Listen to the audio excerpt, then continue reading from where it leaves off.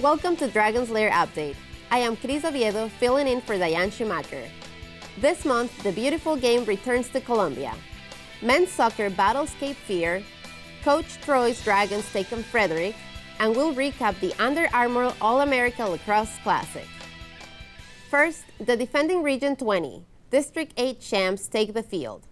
Howard and Nassau renew their back-and-forth interstate rivalry. Mike Leschner anchors our coverage. Thanks, Chris. Coach Seagroves' Dragons returned to action after a phenomenal 2013 season. Howard dominated the region and advanced to the Final Four, where they kept a clean sheet against eventual national champion Brookdale. All-American sweeper Lisa Bianchini is one of 3 returning sophomores from that team. Bianchini is now Howard's holding center mid. She's contributed a goal and an assist in her new role. Nassau enters the match ranked 8th in the nation. The Lions are coming off a 4-0 victory over 2-time defending District G champion Holyoke. These schools always give each other a game. It's a top 10 showdown. Let's go to the Dragon's Lair.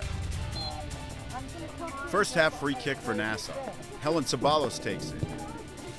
Tough bounce. Darcy Bodzioni's there for the save. Nassau conceded a corner during a 3-on-3 breakaway. Lisa Bianchini sends a high ball into the box, punched out by Jessie Sable. Nice touch by Carrie Baum to end the chance. She creates space for the clear. Rebecca Coughlin wins the ball for Howard and takes it up the field.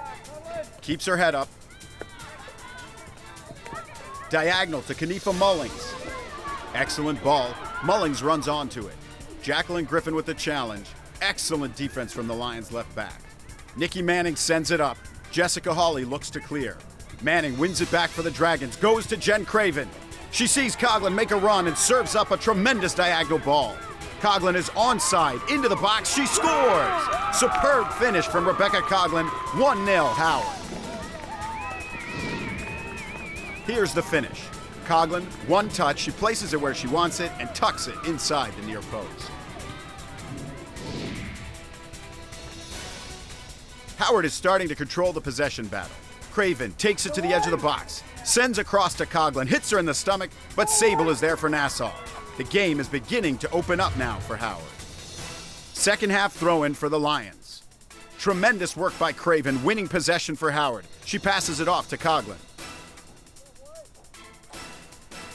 Coughlin still alive, she moves it up to Mullings. She boxes out the defender, takes it up the field. Mullings, diagonal ball for Craven.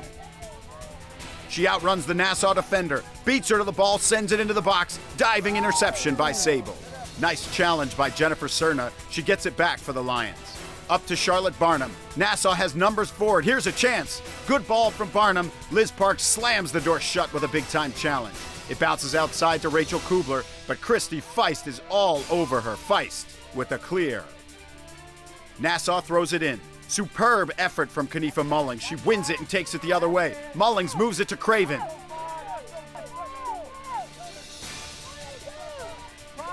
Here comes the cross. Sable gets her hands on it, doesn't matter. Howard is offside.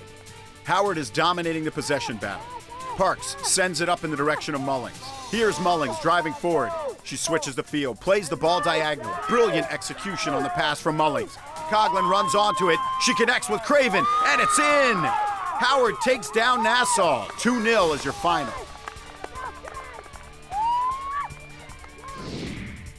It's time for men's soccer. Howard opens the season against Cape Fear. Coach Draganov's Dragons enters 2014 eager to end a 2-year region title drought. 4 players returned from last year's squad. The 4 returners combined to score 18 goals and 9 assists a year ago. Cape Fear is coming off an 8-0 win against Northern Virginia. The Sea Devils are an organized side. They're playing with confidence and have proven they can capitalize on their scoring chances. Howard and Cape Fear square off next. Let's go to the Dragon's Lair. First half throw-in for Howard. Christopher Lee finds John Jones. John Jones takes it into the corner. Terrific ball to Ezekiel Ebenezer. He runs onto it. Diving save from Dakota Moore. Howard is threatening early. Ebenezer wins the ball for Howard, gives it up to Ian Evans. Evans looks ahead, sends it to his target man, Amar Kanugbo. He switches the field with a quick header. Here's Elliot Quinteros. Goes back to Kanugbo. Ball rolls to Evans. A perfectly timed challenge by Miles Strickland puts an end to the chance. Sam Rivera passes along the far touchline to Jonathan Harks. Strickland sends it to Kip Carricker. He catches him in stride, and look out, Carricker's all alone. Tyler Kostopoulos flies into the box to back up his goalie. Carricker with one too many touches, giving Garrett Peters time to fall on the ball. Excellent composure by Peters. The converted forward out of Gilman stands tall and keeps the clean sheet for Howard. 14 minutes remaining in the half. Cape Fear is threatening. Rudy Silva Oliva sends it into the box. George Kartzamars goes down, and he's awarded a penalty.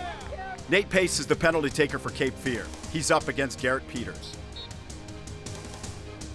He scores! Pace hits it low and hard. 1-0 Sea Devils. Second half, 50-50 ball, and Cape Fear's attacking third. Kartzamars and Zach Korn fight for possession. Kartzamars beats him to the ball and swings it in. Nate Torbett is there, but it's over the bar. Casey Fleischl is looking for Ebenezer. He's marked by Felix Lisiero. The keeper comes out to challenge. Ebenezer wins it for Howard, takes it to the corner, goes to Fleischl, can't get there, but it rolls right to Evans with room to turn. The Dragons are unable to capitalize. 30 minutes remaining in the match. A deep ball from Mohamed Jahate created a one-on-one opportunity for Cape Fear. Howard conceded a corner. Strickland takes it. Carricker with the header. Beautiful delivery from Strickland, and Carricker is there for the finish. Free kick for Howard. Sam Rivera takes it. Moore goes up and secures possession for the Sea Devils. Edwin Lopez looking for Evans. Cape Fear is double teaming Evans. Brett Council gets his head on it, goes for the clear. Evans wins the ball for Howard. Excellent work with the ball. Evans feeds it to Ebenezer inside the 18. Here comes the cross. Broken up by Sebastian Vallejo. He takes out Ebenezer in the process, but no foul is awarded. Jahate concedes a throw-in. 18 minutes remaining. Corner kick for the Dragons. Elliot Quinteros takes it. Short to Lopez. Back to Quinteros. Dangerous ball. Fleischl's open on the near post, but it's off the mark. Cape Fear picks up a 2-0 win on the road. Let's send it down to Matt Stovall. Mr. Quinteros, what are your thoughts after this game? Well, obviously disappointed for the loss, but I thought we showed a lot of promise. We showed that we could improve a few things at practice and ultimately win our conference and make it to nationals, which is the ultimate goal. Mr. Jones, how about you? What are your thoughts following this game? We're still a young team. It's our first game together, and I feel like together we are just going to go all the way to nationals. We're still learning about each other, still learning the runs that we need to make, but as long as we trust each other, we're going to be okay this season. So, Mr. Jones, what about this team makes you think that you're ready for nationals and you're ready to win the region? We have a strong core. We have experienced players. Some players knew each other before they came to the game. So, I mean, just mental toughness, and I see a lot of it on our team. So, mentally, where do you think the team is right now? We're still in the beginning stages. We're still learning about the trust issues, but as long as we know each other got our back, but that just comes with experience and time. So more time together. We have a trip to New York next week, team bonding. We'll be okay. All right, Mr. Quinteros, there were a lot of chances in this game. What's it going to take to turn those chances into goals? I think just a lot of practice in front of the goal. Getting those crosses off in the training ground. Being able to finish it in practice. If you go with that confidence from practice to the game, you should be able to put it in easily. It's not much different in practice in a game, the chances you get, so you just got to take advantage of them when they come to you. So with your second year under Coach Draganov, how has he helped you with your game? He's helped me a lot. When I started last year, I was really raw. I didn't really know my positioning. I didn't know the speed of play. And slowly throughout the year, I started gaining that, and he helped me a lot by pushing me. He was never too sweet on me. He was always yelling at me and stuff, but that helped me because it made me mentally tough, and it made me believe in myself, believe in my abilities, and I can show that now. Gentlemen, good luck going forward. For Dragons Lair Update, I'm Matt Stovall. My next guest played soccer professionally in Bulgaria, Portugal, and Hong Kong. This is his 11th season at Howard. Head coach Stefan Draganov joins me now. Welcome, Coach. Thank you. What were your thoughts after the Cape Fear match? The Cape Fear game, usually we studied our opponents. We have some information, the way that they play, some key players in the team. And unfortunately, North Carolina way far from us to get this kind of information. Division I program. Overall, I think we, at the first game, official game, the performance of the team was pretty decent. We're pleased what we saw. And that's great. It's great to start strong like that. What strategy did you have going into the match against Cape Fear? Well, as I mentioned, we were, study the teams. We had no much information about them, so we emphasize on what we need to do on the field. We try to press high as much as possible our opponents on their side, so we can get the ball there and quickly get some threats against their goalkeeper. But of course, we met a very organized team, and as I mentioned, Division I, they get some scholarship players that they're kind of making some differences. We were usually going with 4 flat in the back with 5 midfields and 1 target man. That was kind of the strategy we went against them. Okay, and can you tell us more about the team this year? Very young team. Majority of the players kind of just coming out from high school. They still need to work on their maturity to adjust to the college level soccer and the college life at all. We got a couple of players from Montgomery County. We got a couple of players from PG County, and a few players from Baltimore County, of course, along with returning players. I think it's a good group of players that they need more time to work together so they could gel and perform on the field. How will you prepare your team to contend for the region title? Well, mental toughness, it's something that we definitely have to stress and emphasize with going to this challenge that we get at the end of the season. It depends how we're going to do in the season, where we're going to end up, what seeded we're going to get. Hopefully we can be second or first or second, so we can I'm not scared from them, but avoid Montgomery College before the final. Interesting. Well, I wish you the best in the season. Thank you so much for joining me today. Thank you. Thank you for having me. Thank you. It's time for women's volleyball. Howard faces off against Frederick. Mike Leshner anchors their coverage. Thanks, Cris. Mike Cerrone is here to break down this Maryland JUCO matchup.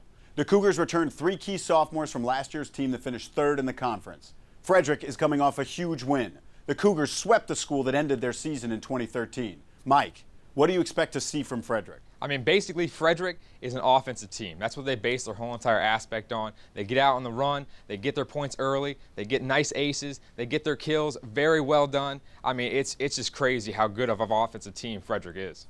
Howard was eliminated after just 2 matches in last year's district tournament. It's been an eventful offseason. 2012 Maryland JUCO Region 20 and District G Coach of the Year Mike Katsampis is no longer with the program.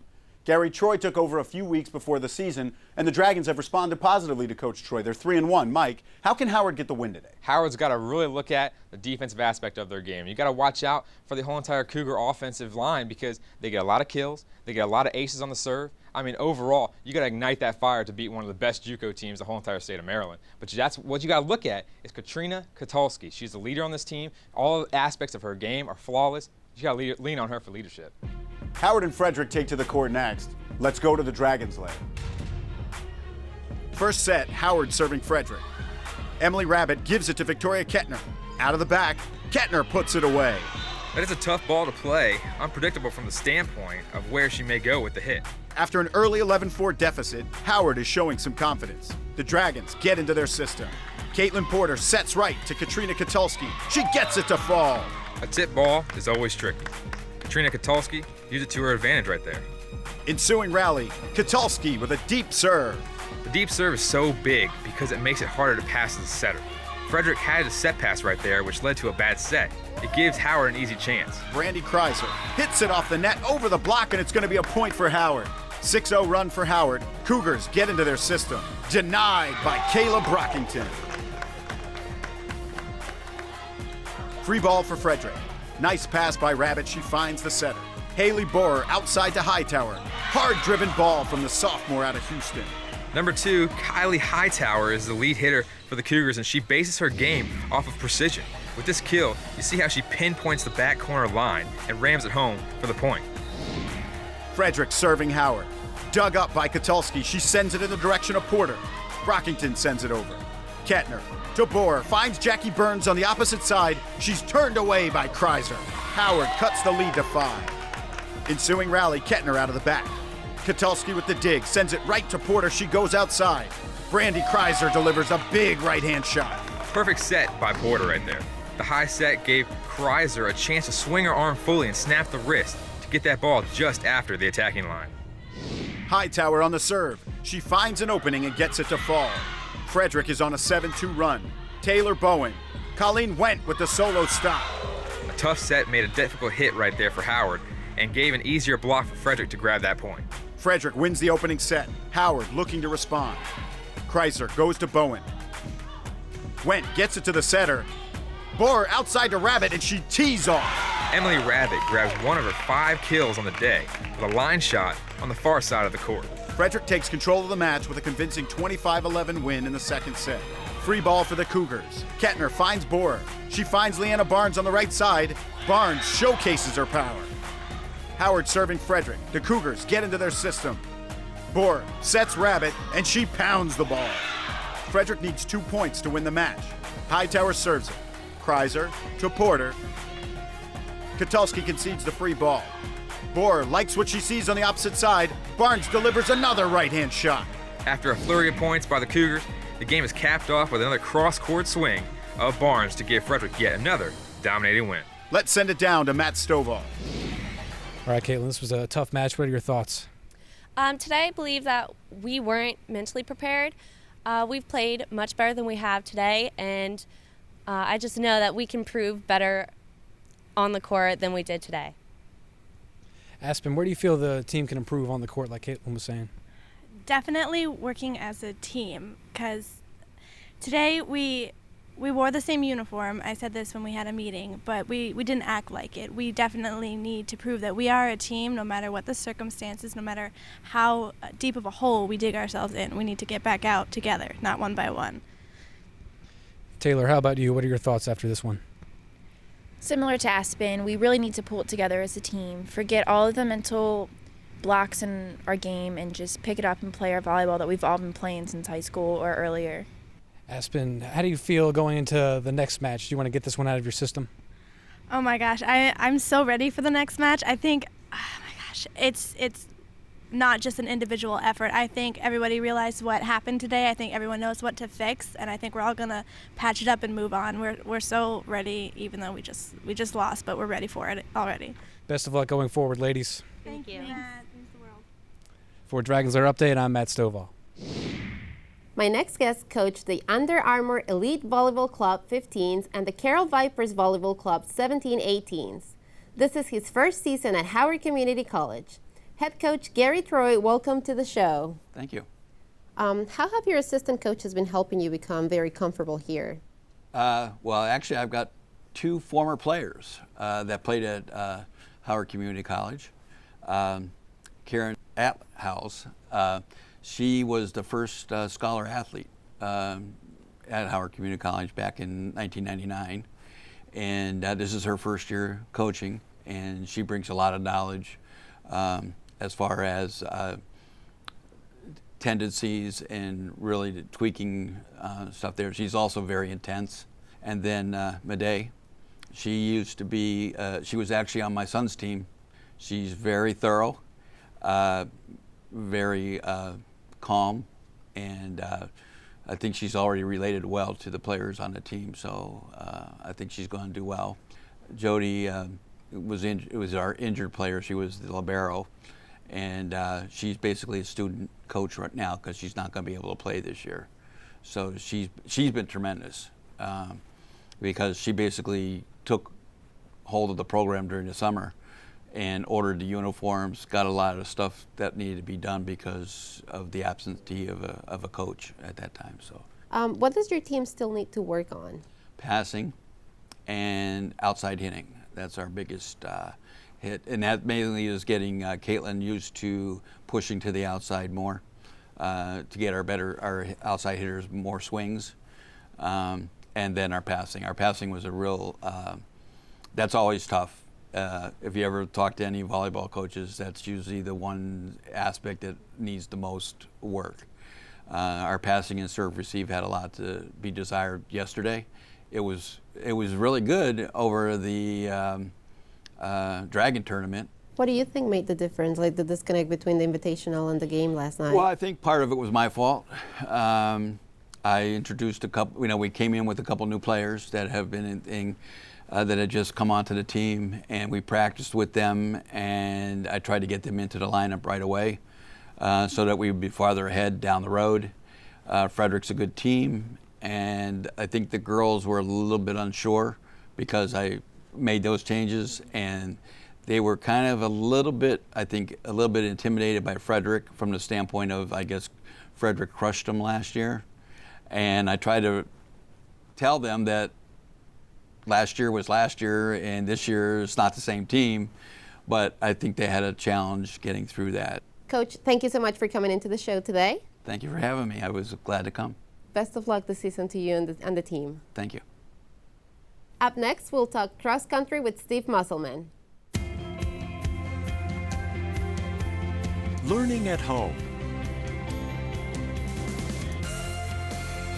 Learning in the classroom.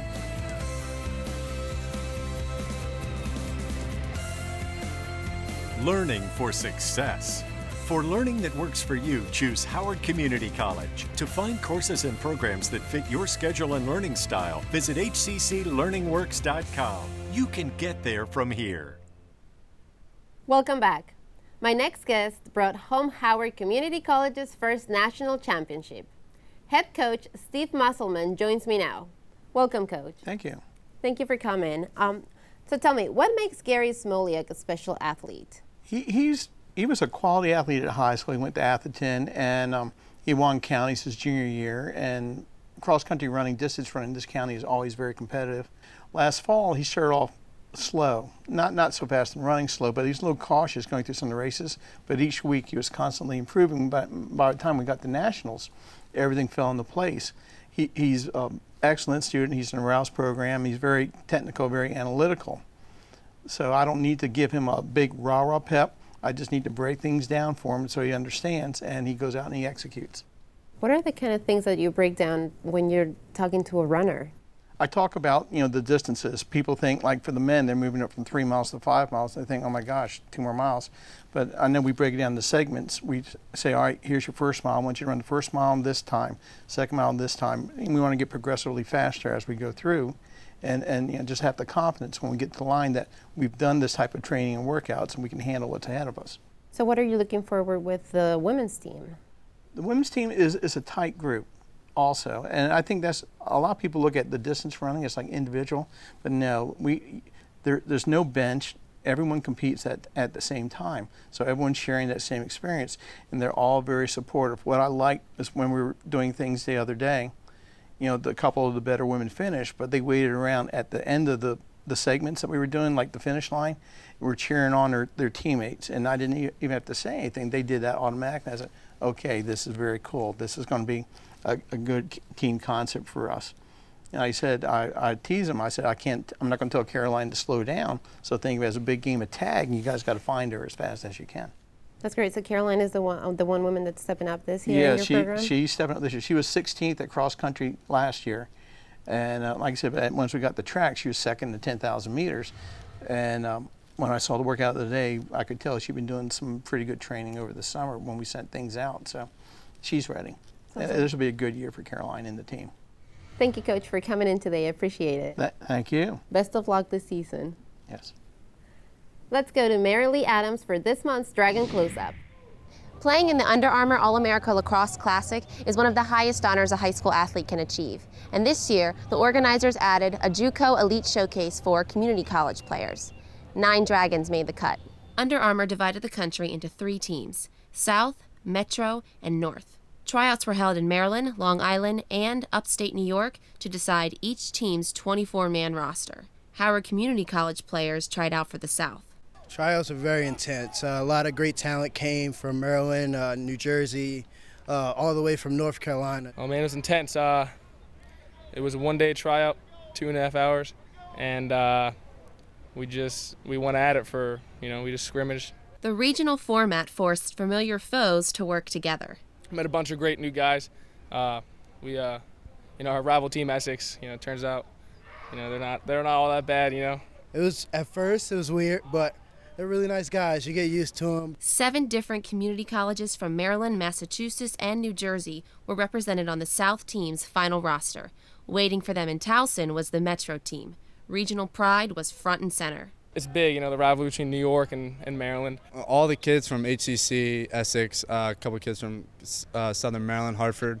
We just wanted to come out here and prove something. Metro scored 3 straight to take a 6-2 lead. Howard's leading scorer, Dan Kaplan, responded with a goal, sparking a 4-goal run for the South. Dragons' Cody Martin and Matt Morton teamed up to bring the South within 1 during the 4-goal outburst.